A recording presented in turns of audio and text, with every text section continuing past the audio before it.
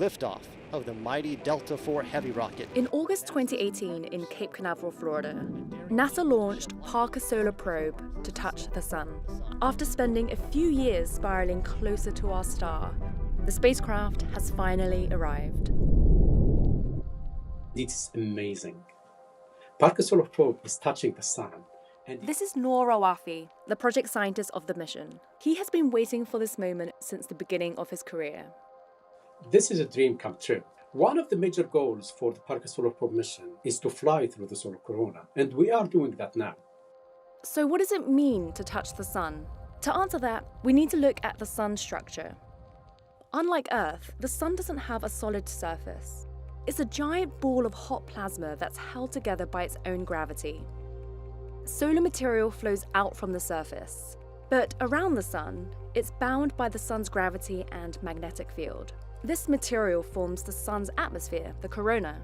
Eventually, some of this hot and fast solar material escapes the pull of the sun and gushes out into space as solar wind. The boundary that marks the edge of the sun's atmosphere is known as the Alphane critical surface. We didn't know exactly where this boundary was, but for the first time in history, a spacecraft has crossed it. Parker Solar Probe ventured into the corona, touching solar material still bound to the sun. The wispy corona is too faint to see most of the time, but it's revealed during total solar eclipses. For centuries, we've been studying the sun's atmosphere during eclipses because it's important for understanding how our star influences life in the solar system. But much about the corona remains a mystery. Two of the most challenging scientific mysteries in astrophysics occur in a region that we call solar corona. The first mystery is about the temperature. The corona is about 300 times hotter than the photosphere, the visible surface of the sun below. Secondly, there's a constant stream of particles flowing from the sun known as the solar wind.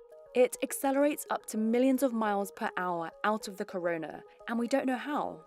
Solar wind can disrupt our satellites and technology.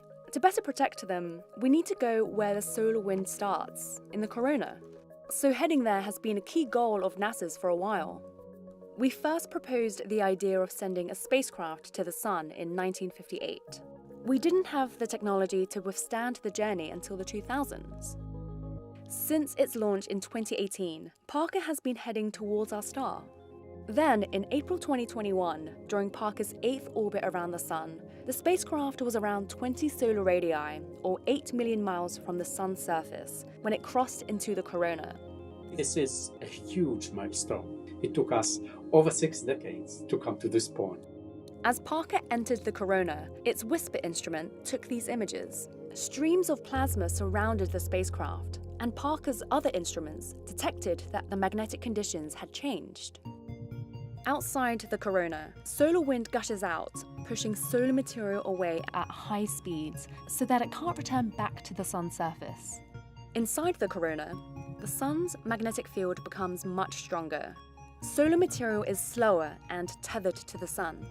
Instead of a smooth divide, Parker found that the boundary between these two sides is wrinkly.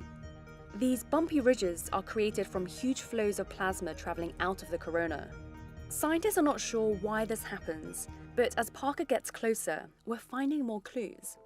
Before entering the corona, Parker had seen kinks in the solar wind where it would momentarily double back on itself. Scientists called these features in the solar wind switchbacks, but no one knew how or where they formed. In 2021, the spacecraft finally tracked switchbacks to one of their origins.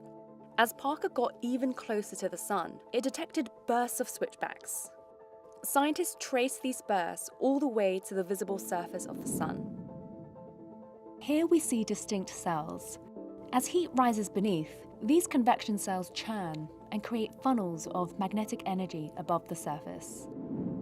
Scientists found that switchbacks form inside these funnels before rising into the corona and beyond.